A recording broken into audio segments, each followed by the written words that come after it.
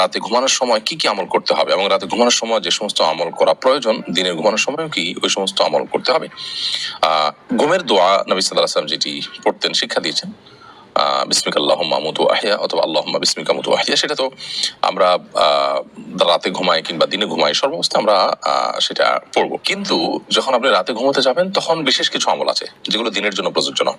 অনেকগুলো আমল আছে, সূরা সিজদা তেলাওয়াত করা, সূরা মুলক তেলাওয়াত করা, সূরা কাফিরুন, সূরা ইখলাস, সূরা ফালাক তিনবার করে এগুলো পাঠ করা, পড়ে হাতে ফু দিয়ে পুরো শরীর মুছে নেওয়া, শরীর বন্ধ করা, 33 বার সুবহানাল্লাহ, 33 বার আলহামদুলিল্লাহ এবং 34 বার আল্লাহু আকবার বলা, আয়াতুল কুরসি পাঠ করা, আর অনেকগুলো দোয়া আছে। আল্লাহুম্মা আসলামতু ওয়াজহি ইলাইক ওয়া ফাওয়াদতু আমরি ইলাইক ওয়ালজাতু যহরি ইলাইক রাহবাতান ওয়া রাহবাতান ইলাইক লা মালজা ওয়া লা মানজা মিনকা ইল্লা ইলাইক আল্লাহুম্মা আমানতু বিকিতাবিকাল্লাযী আনসালতা ওয়া বিনাবিয়্যিকাল্লাযী আরসালতা। এই ধরনের আরো অনেকগুলো দোয়া আছে, এই দোয়াগুলো পড়া, আল্লাহুম্মা বিসমিকা আমুতু ওয়া আহইয়া পড়া, তারপরে ঘুমানো। এটা হলো রাতে সুন্নাহ। রাতে ঘুমানোর সময় কি কি আমল করতে হবে এবং রাতে ঘুমানোর সময়